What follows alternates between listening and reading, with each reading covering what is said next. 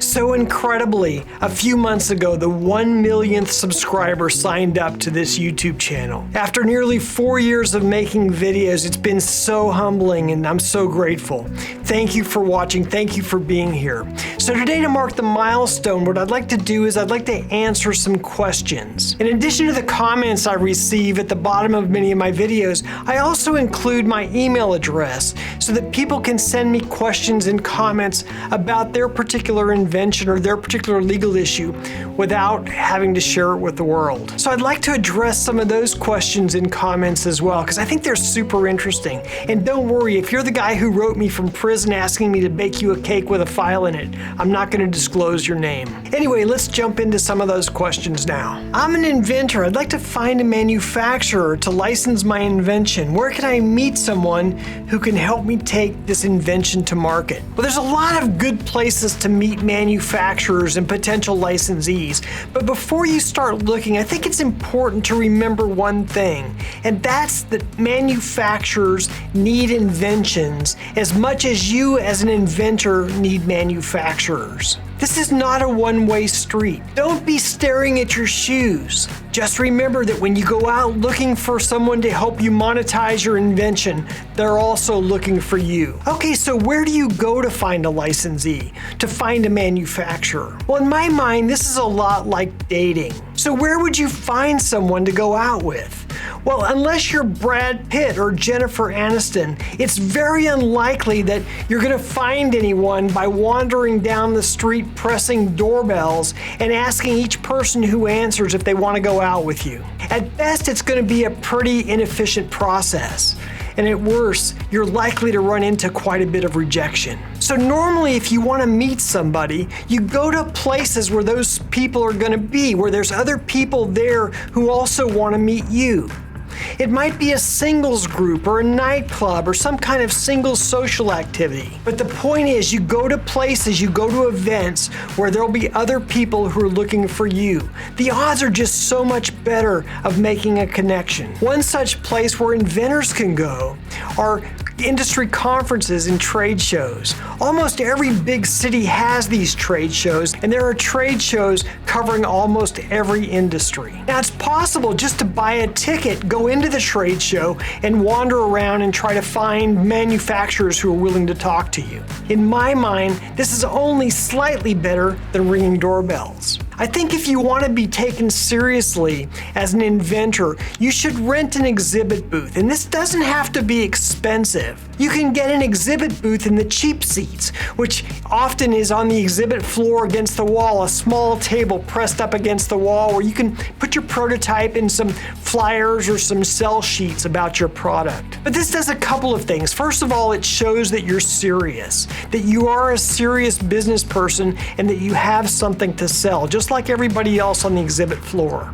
It's also a destination where the manufacturers can go to check out new products. And manufacturers are there to see what else is available for them to add to their product lines. In many cases, the manufacturers will be seeking you out.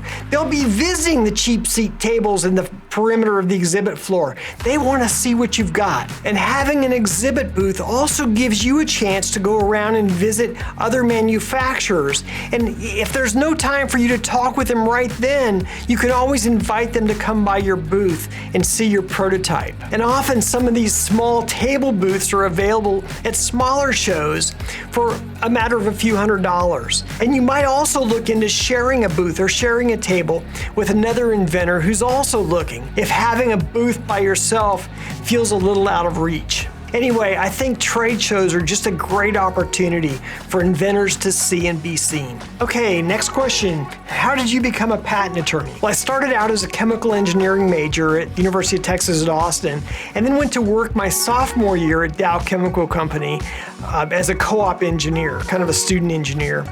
After a couple of chlorine releases and a plant fire, I decided chemical engineering was just a little too sporty for me, so I switched to electrical engineering and then went on to study electrical engineering in graduate school, working in semiconductors and digital signal processing. I had a couple of engineering jobs after graduate school, but I just came to the conclusion I wasn't that good of an engineer. I was just too ADD to be working on the same design project month after month after month. and so then decided to go to law school and study patent law. After law school, I signed on as a patent attorney with a large law firm in Silicon Valley, and then a few years later started my own firm in Palo Alto. In 1992, I signed on with a couple of partners, and now 30-some years later, here I am living the dream as a patent attorney. It really is the world's best job, especially if you love playing with technical toys and hanging around great inventors. John, I left a comment on one of your other videos and later discovered that it had been deleted. Why did you delete my comment? Okay, I don't remember exactly what the comment was of yours that I deleted, but I normally only delete comments for a couple of reasons, mostly because they're offensive. Where I'm a huge constitutional supporter of public free speech, my comment sections are not the public, and I don't want anyone to feel offended or have their views offended by comments that are left by others. So if you're hating on others, or if you leave comments that are in some language which Google Translate can't figure out exactly what you're saying, then generally I'll delete your comment. You don't need to agree with me. Many of my positions are very disagreeable, but if you want to go hate on past or future presidents, or to mark your visits with black magic voodoo incantations, my comment sections aren't the place to do that. Otherwise, I'm pretty delighted to hear whatever you have to say, especially if you take a position that's contrary to something I've said in a video.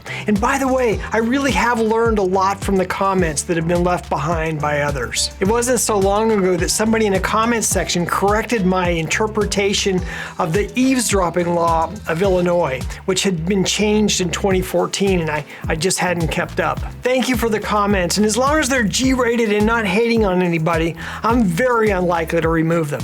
I invented a toy a few years ago and wasted a lot of money on a patent. The toy never sold and the patent didn't help me at all.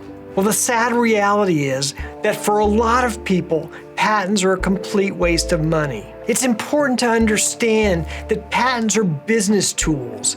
They're not Nobel Prizes or certificates of achievement. Patents are grants of a monopoly by the government to an inventor in exchange for taking the time to write down your invention and going through the trouble and expense of recording your written invention in the patent office for others to use later.